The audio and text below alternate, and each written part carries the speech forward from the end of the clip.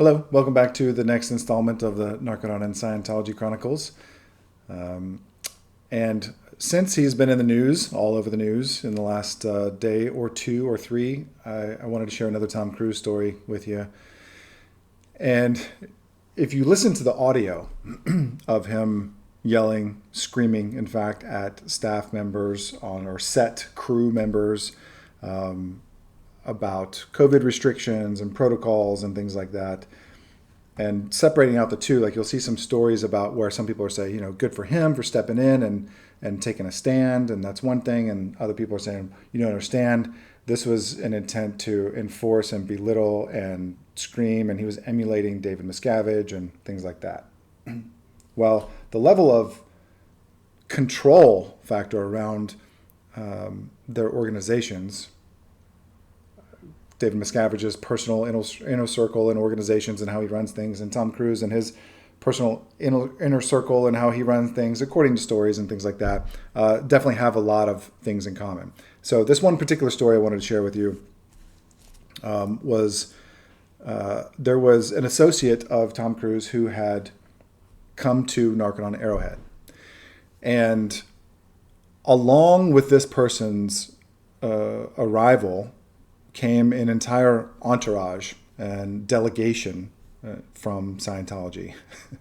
And notably, it was Maria Ferrara, who was the vice president, one of the vice presidents of Church of Scientology Celebrity Center International. And another one was Andrea Dovin, who was part of his personal staff. I think it was, I'm drawing a blank on the production company at the moment, but they're part of his staff, and so they came out ahead of time to sort of lay groundwork for this person. And it was interesting because there was no uncertain terms as to who was in charge. In other words, it didn't matter that there were 150 other clients there who needed service. It didn't matter that there was privacy laws, HIPAA privacy laws, the Health Insurance Portability and Accountability Act. It didn't matter that there was a hierarchy of staff, an executive director and a president at the time and things like that were in charge. They walked in and were taking over. They walked into one of the end suites of Narconon Arrowhead and demanded that the people who were in there get removed so that this person could have that as their room. So they wanted the nicest room in the whole facility. Then they said, no, this is the room that this person is getting. And then, and this person wasn't demanding this, by the way. And then there was, this room isn't good enough. We need to go out and buy new linens for them, buy new comforter, we need some plants in here. Where can I go steal some plants? Who's got the best artwork in there? So they started literally dismantling the organization to cater to this individual who was sent, at the request or at the recommendation of Tom Cruise. And the place just got turned all around to the point where all of a sudden now 150, going on 200 clients back then are starting to get really disgruntled. And I had to have, as the president back then, I had to have conversations with clients. They were called students going, hey, this isn't right. And it started to make a dangerous environment for this person who Cruise came in, who sent his staff and Celebrity Center staff to turn the place upside down to cater to this individual. And they say, hey, look, on our paperwork, it says you don't believe that people of importance or who are connected to important people should receive special treatment, which was true because that was part of the enrollment agreement, is that they didn't do that. And yet here they were doing that. And then, they come in and start to think that this person was demanding it. And so they started to be angry at this person.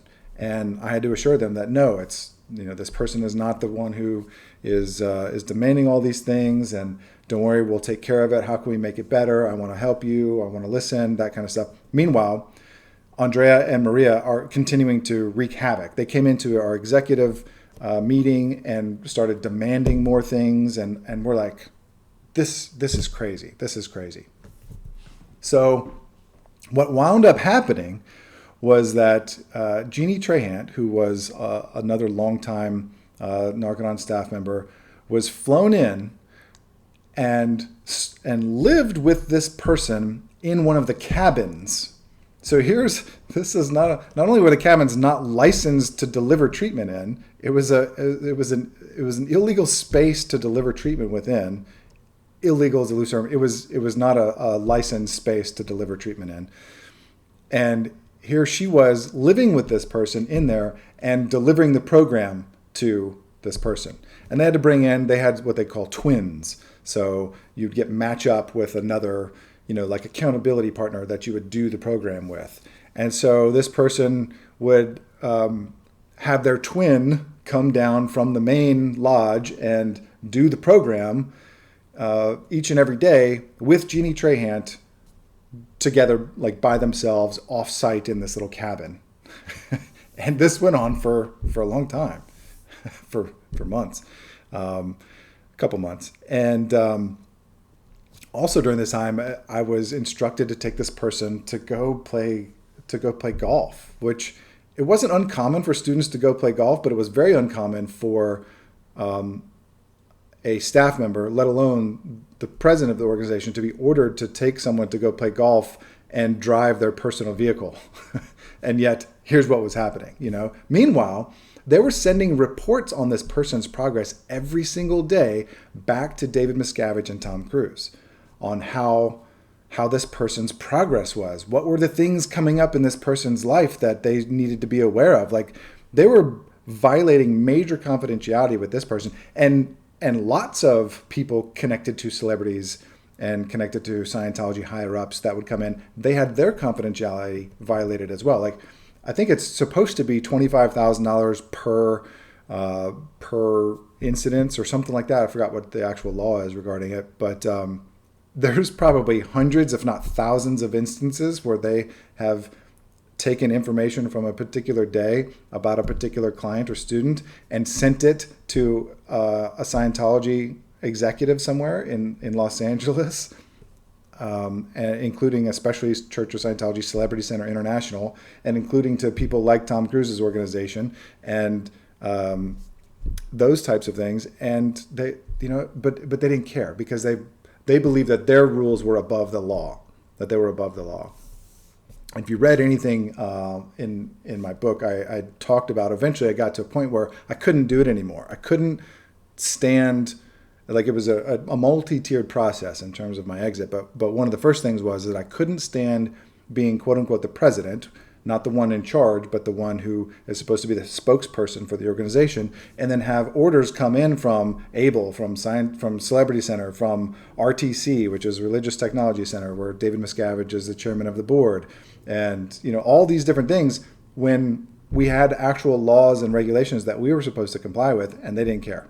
They only cared when, like the rest of the time, but when they needed something, they wanted to violate that. And if Tom Cruise needed it, oh, hell no. You, of course, needed to violate that because he demanded that you give him the information.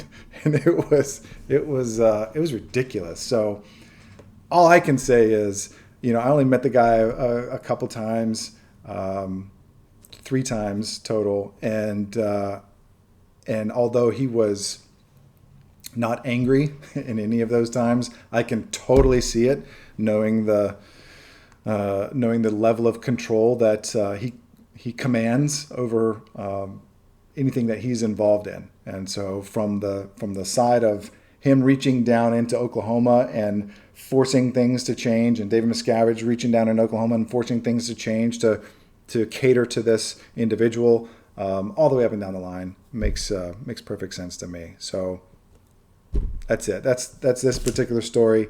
If there's some other stuff, actually I've got some more that I'm going to share with you. I've got dozens more, but I've got some other cruise ones too that I'll talk about. Until next time, here is the end of this episode of Narconon and Scientology Chronicles.